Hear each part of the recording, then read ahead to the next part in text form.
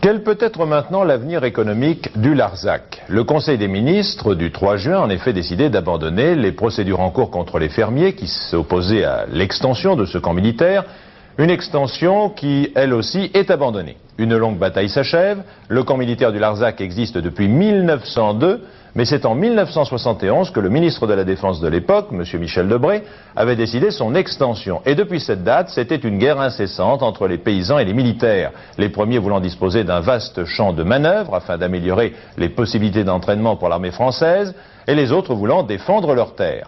10 ans après, le camp militaire du Larzac était passé de 3 000 à 16 000 hectares. Mais il va revenir à sa dimension initiale. 4 500 hommes et 1 200 véhicules auraient pu être accueillis dans le nouveau camp du Larzac. Il n'en restera plus que 200 soldats. La région avait bénéficié jusqu'à présent des activités industrielles et commerciales liées à l'accroissement de ce camp militaire, et des groupes de commerçants, d'entrepreneurs et même d'agriculteurs s'en sont émus et ont écrit au président Mitterrand et à M. Charles Hernu, le ministre de la Défense. Mais il semble bien que le gouvernement ne reviendra pas sur sa décision. Une enquête de Dominique Thouard. Les militaires s'en vont. Du jour au lendemain, les bulldozers et les camions se sont arrêtés et les importants travaux justifiés par l'extension du camp sont interrompus.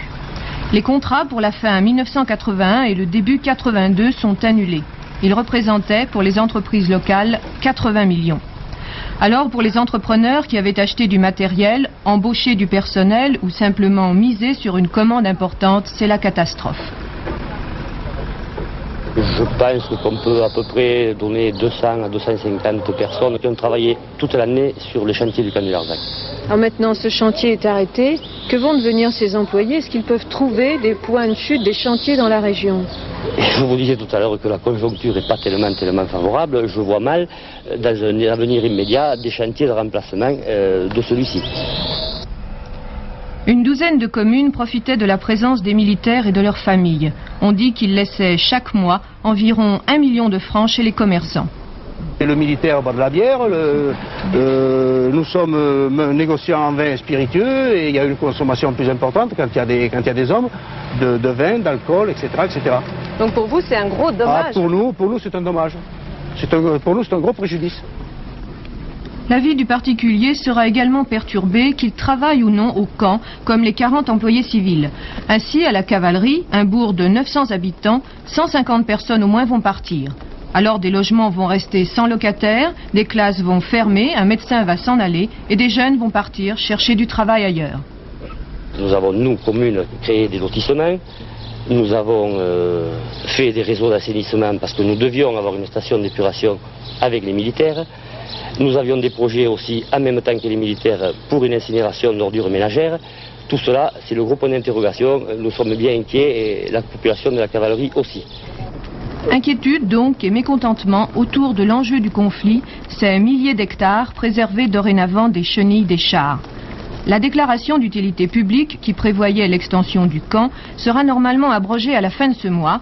Ensuite débutera la procédure de rétrocession des terres expropriées ou vendues.